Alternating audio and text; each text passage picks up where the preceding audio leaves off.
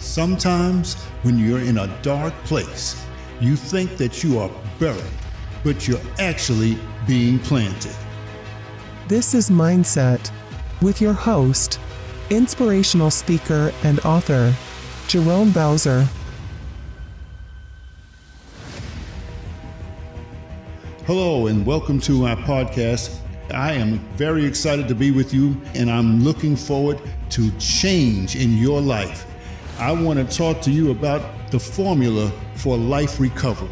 The formula for life recovery. You know, I want to tell you something. You are here for a reason. You might not understand it. You might not feel that way. It doesn't always look that way. But I guarantee you, each and every life that comes on the face of the earth is here for a reason. You are here for a reason. You are here for a purpose. And until you discover those things, you'll find yourself alone, going in circles looking for exit signs. It's like a never-ending cycle to nowhere.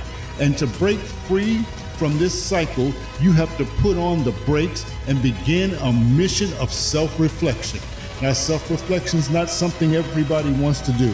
Self-reflection is not something everybody seeks after. You don't wake up in the morning and just decide, oh, you know what? I think I'm going to reflect on my own self. But I want to tell you something. Self-reflection is something that is absolutely necessary. If you find yourself in a cycle that just goes round and round and it seems like you can never get off of it. Do I have any witnesses out there tonight? There are times when you feel like you're just going in circles. There was a song like that a few years ago, You Got Me Going in Circles, up and down like a silly circus clown. I mean, I know I felt like that many times myself. But here we are, and I want to help you get off of that cycle. But self-reflection is the key, is one of the keys for sure. Let me say this, self-reflection can be intimidating. Some may be afraid of what they might find out about themselves, and that's a very big possibility. But the Bible tells us that God has not given us the spirit of fear, but of power, love, and a sound mind. So fear not, for within each of us lies the potential to uncover our true calling and make an impact on the world. You must make the effort to discover yourself. It's not going to happen by osmosis. It's not going to happen just because I'm speaking to you. It needs to happen because you need to see that you're at the dead end. You may feel like you're at a dead end. There is no left or right or no straight ahead. It is like either I get it together or I'm going to sink further in, or I may not make it at all. But you have to make it from the perspective of a self-discovery. Self-discovery is a journey which can be filled with uncertainty. It has requirements attached. It's going to require three things for sure. It's going to require you to have introspection. Introspection is the study of your own mental and emotional processes. You got to check out your own mind, all right? The next thing is that it's got to have exploration. Exploration is the practice of examining your thoughts, your beliefs, and your emotions. A lot of times we have beliefs that are limiting us. We call it in psychology limiting beliefs. These are beliefs that you have that keep you contained in a box. Beliefs that won't allow you to step outside of that box and see what's on the other side. You can't understand what I'm saying. There are some beliefs that you may have that I can't do this. Or maybe you heard people tell you, you can't accomplish this. Maybe you have a dream that you shared with somebody and somebody was trying to tell you, boy, you know you can't do this. Girl, stop thinking like that. Those things can't happen to you. Where are you going to get the money from? How are you going to get the resources that you need? People will tell you all kinds of things to stop you and hinder your dream. Those are called limiting beliefs. And so you have to have an exploration. Practice the examination of your thoughts, your beliefs, and your emotions. Keep yourself in check at all times. I know that's hard to do. That's even hard for me. I'm not going to lie. I don't always have all my emotions in check. I am getting better at it every day. I am conscious of my thoughts. I am conscious of what I believe. I believe more positively today than I did last year or the year before that. And I plan, God willing, to have a better and stronger positive mindset next year. You know what I'm saying? You have to progress. Believe that you can progress. The last thing here is a willingness to step outside of your comfort zone. Sometimes we just get so comfortable living right where we are that we won't move. We're comfortable at that. I just can't get over the fact that I spend so much time staying in a box, staying contained, staying chained to one way of thinking that my life should be. When I now realized that I could have had years of ecstasy, years of greatness, years of whatever, just release from being so self-contained simply because I wouldn't come out of my comfort zone for a fear. You understand what I'm saying? Oh, when you're in a dark place, you know what? It's easy to feel overwhelmed. Feeling overwhelmed by the weight of your circumstances can be an incredibly challenging experience. It's as if life has thrown a heavy burden on your shoulders, making it difficult to move forward or find any sense of relief. I've been there. The weight may come from various sources, and I've had it come from multiple sources. First, it starts within you. It's a personal struggle. Sometimes it's professional challenges. Sometimes it's relationship issues or even external factors that go beyond your control. It can even be difficult to see beyond the darkness.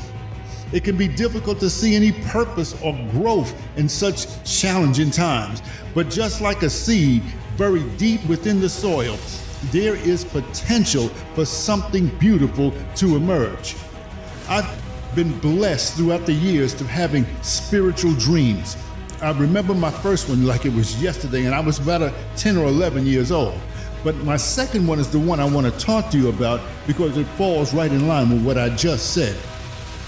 My second dream, it didn't last that long, but it was very impactful. It was very significant to me. When I came to a consciousness in this dream, I was in an extremely dark place. I was on one knee, crouching down. Everywhere I looked, it was dark. I turned to the left, I turned to the right, I looked behind me, up, and looked down. It was so dark, I could not see where I literally was. I could not see what was going on in front of me. I could not even see the next step. What I did see, way in the distance, was what looked like a tiny pinhead of light. And I focused on that tiny, tiny pinhead of light. And somewhere within inside of me, I got a resilience, I got a strength, I got a courage to go and take one step at a time. And believe me, I took baby steps because I did not know if there was no other place to step in front of me. That's how dense the darkness was. And I inched my way. I don't know why I didn't get on all fours. Something just told me to stand up and walk through the darkness. I wish I had somebody to understand what I'm saying, because you may be walking in darkness right now, and I'm trying to encourage you the best way I know how through my own personal experience. And this experience had me inching step by step towards that white light. The most remarkable part about this dream is that with every step I took, the little pinhead light got wider and wider and wider and brighter. And the brighter it became, the more conscious I was of its presence and the more courage I had to take bolder steps towards that brightness. That went on till I got to a place where I literally ran into that light and I was completely bathed in the light, and I never saw that darkness anymore. That is a spiritual dream that was telling me about where I was personally, where we were all spiritually speaking, corporately, or in a space where there's just a lot of darkness and not enough light. It was something that would eventually propel me into a relationship with Jesus Christ, but it was something that I had to go through and realize. I had to understand the depth of that darkness. When you find yourselves buried in darkness, it forces you to confront your deepest fears and vulnerabilities. There's absolutely no question about that. It pushes you to question your beliefs and reassess your priorities and seek out new perspectives. You have to have that kind of drive in you. You can't stay in the darkness and have that drive. The darkness suppresses the drive. You have no inside gumption to move any forward. You could have been in my position and just stayed in that darkness. Fear would just wrap you up and you would never take another step. So in this process of self-reflection and introspection, you begin to uncover hidden strengths within yourself that you never knew existed. Stepping outside of the boat, walking on the water, just doing something extraordinary, something that you never ever thought you would do, stepping beyond those limitations, those places where you believed you were limited, not realizing on the other side of that wall was a completely different life that was waiting for you. In moments of despair, it's important to remember that life has a way of transforming even the most difficult situations into opportunities for growth and for renewal. The darkness may feel suffocating, ladies and gentlemen, but often it is during these times that we are being planted, sowing the seeds of resilience, strength, and wisdom. You know, just like seedlings breaking through the soil, we will emerge stronger and wiser, ready to face whatever comes our way. So embrace the darkness as an opportunity for personal growth and transformation. I know it's scary, but embrace it. You know, the thing about embracing it is that you can squeeze it. It's trying to attack you. So put your arms around it and squeeze it till it's all gone, and you'll only end up squeezing yourself. And that thing will have to go away because why? You have no more fear of it. It's not something that's going to occupy you. It's not something that's going to steal you away. Embrace the darkness, because in that darkness is an opportunity for personal growth and transformation. And you need to know that within you lies the potential to bloom into something extraordinary. This is good. This is good to my soul. Let me say this to you. When I look at you, I see my past, because I've been where a lot of you are right now. Just take a minute and listen to my background. I was born to a teenage mother because I had to be, not because I wanted to be or needed to be. I grew up in the ghettos of New York City's Harlem. I was raised by God-fearing grandparents who loved me. I had my first sexual encounter with the babysitter. I began smoking weed at the age of 11 and eventually became both sexually and chemically addicted for 27 years. I was a high school dropout in 10th grade and eventually got my GED. I was a college dropout when I started a family that I couldn't support. I couldn't maintain a healthy or sustainable relationship. I continued on a trajectory of consistent underachieving. I became homeless 3 different times, been to jail 2 times, and life had no purpose, no point, and no direction for me. I know what it sounds like. This sounds like a person who didn't love himself. It sounds like a person who stopped trying to figure it out because he didn't know how to, and it hurt too much to try. It sounds like a person who was a total waste of human life, a completely unsuccessful failure of a life, doesn't it? But I want to tell you something, it wasn't. It wasn't. All those years I was trying to escape a failure mentality that still existed when I attempted a recovery. See, I had accepted the fact that I was a failure, that this was my life, and there was nothing I could do about it. But what I finally learned is what I want to share with you today. Now, I want you to write this down.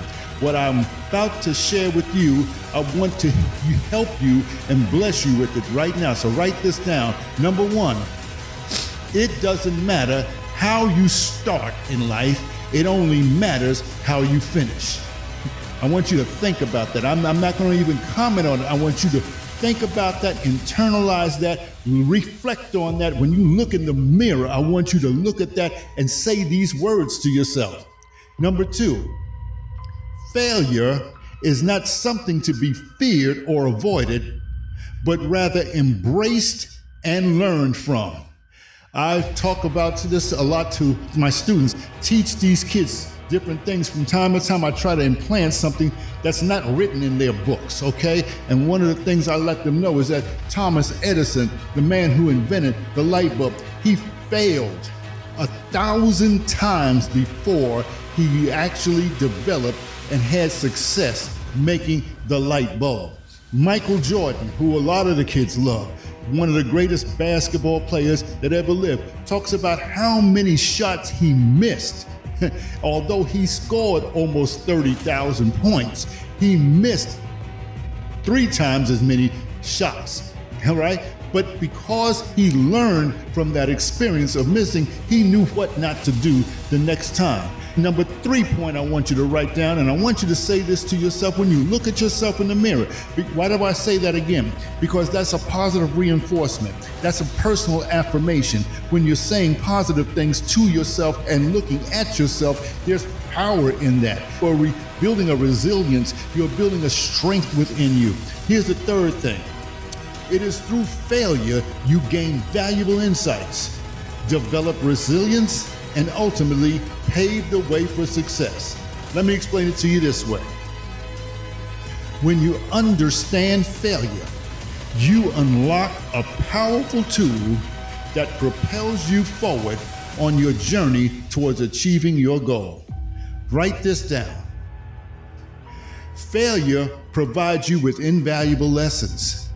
You may not see it right this minute. Like for me, it took some time for me to see the failure lessons that I had to learn to be successful, because I still had my mind wrapped around the failure mentality. Number one is failure provides you with invaluable lessons. Number 2, it teaches you what doesn't work, and it allows you to refine your approach and make necessary adjustments.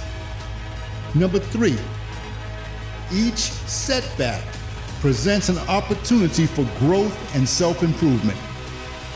Nobody likes setbacks. Setbacks are hard to deal with because you're thinking that you're not accomplishing something, but in reality, you really are. There's no real way you're going to fail if you're determined to succeed. That's the mindset you have to have. So setbacks are only a temporary thing for aggressive forwardness. Number 4, setbacks allow you to identify the specific areas where you fell short and develop strategies to overcome those obstacles in the future. And not only for you, but just like I'm doing for you right now.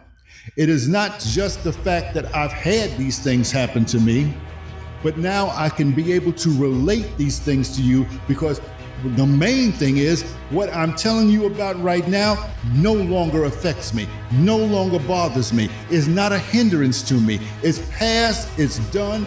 There's nothing I can do about the past. Tomorrow is not promised. It doesn't even come. It doesn't even exist. All you have is today. Make today count.